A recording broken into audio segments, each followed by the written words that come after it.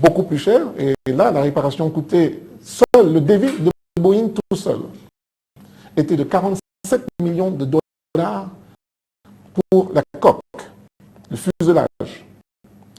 Boeing a fait un devis donc en disant, et j'ai d'ailleurs eu à intervenir dans M.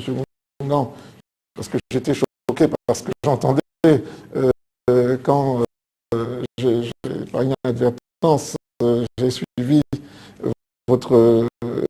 les propos de votre invité. C'est Boeing qui donne son devis. Mais en dehors du devis de Boeing à 47 millions, vous avez besoin du devis de Pratt & Whitney, qui est le motoriste, qui lui doit vous dire, on dit que tout était bon. C'est pas vrai. L'avion a quitté la piste. Je ne vais pas revenir dessus, on vous l'a expliqué, je crois, très bien.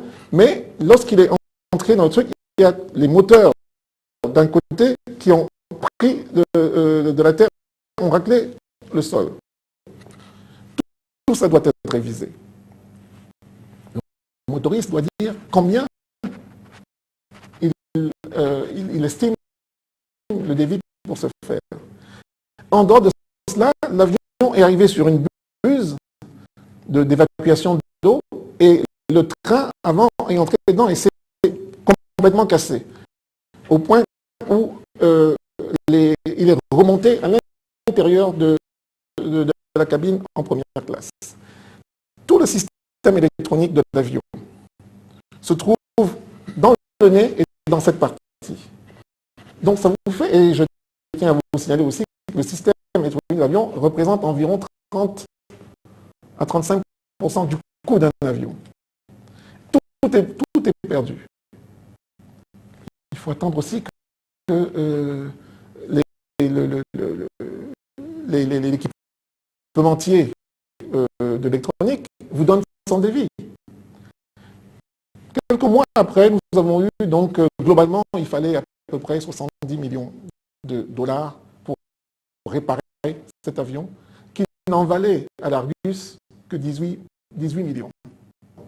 Vous dites, c'était une mauvaise... je devais choisir, je n'avais pas le choix. D'abord, l'assureur a décidé, si vous voulez réparer, moi je vous verse ma part, et puis vous débrouillez pour trouver le complément. Dites-moi ce que vous auriez fait. Alors, on estime que est-ce que vous estimez que vous avez laissé une société en bon état, M. Fotso, au moment où vous partez de la caméra?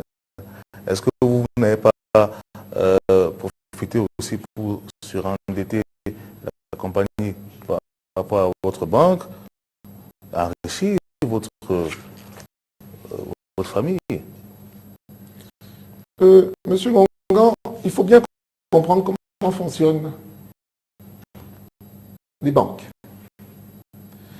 Et quels sont les risques qu'une banque peut prendre sur une société anonyme.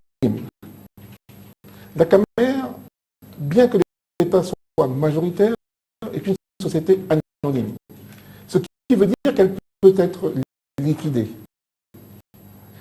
Et en droit des affaires, si vous avez des créanciers qui n'ont pas sécurisé leurs créances par des garanties, donc une hypothèque ou bien une garantie de l'État, ou etc., si la société fait faillite, tout est perdu. Il faut bien que cela soit clair. Quand on dit que j'ai endetté, non. La CBC a pris de gros risques. Elle a soutenu la Camer sans aucune garantie, sur la simple base de ce que son vice-président, que j'étais à l'époque, leur a dit, le chef de l'État tient... C'est une anomalie, M. Fotso. Mais la COBAC, d'ailleurs, a eu à me rappeler à l'ordre. Hein. Mais On était patriotes, nous sommes patriotes. Nous Pensiez croyons faire- en notre pays. Vous pensiez faire œuvre de patriotisme à l'époque? Je ne pensais pas, je faisais œuvre de patriotisme. Et je continue à penser que ce pays a un bon avenir, un grand avenir.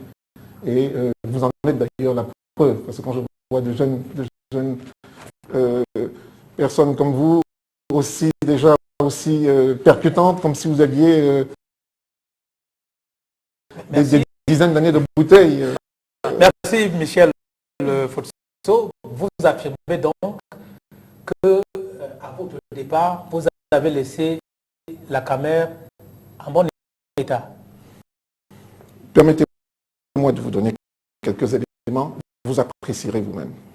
Lorsque j'arrive, le chiffre d'affaires est de 56 milliards. Comme je l'ai dit, il n'y a pas de comptabilité et tout. Les 3 années qui ont précédé mon arrivée, les pertes cumulées s'élèvent à 33 milliards de francs CFA. Moins 33 milliards. Ça veut dire, vous comparez 33 milliards par rapport à un chiffre d'affaires de 56 milliards, ça vous fait pratiquement 60% du chiffre d'affaires qui est perdu. Je fais passer ce chiffre d'affaires grâce justement à ces avions, grâce à ces acquisitions, grâce à cette rigueur que j'ai essayé d'imposer. Je fais passer ce chiffre donc de 56 milliards à 92 milliards. J'institue une qualité de service telle que les Nations Unies, la Banque mondiale, etc. reviennent. Si vous vous renseignez auprès des hôtesses et stewards, des pilotes qui sont de bonne foi, ils vous diront qu'ils n'ont jamais autant travaillé qu'à l'époque où j'étais. Et travailler avec des passagers. Ça, il faudrait quand même le noter. Donc, j'estime que oui, j'ai fait du bon travail. D'abord par le chiffre d'affaires. Cette société, donc, il devait être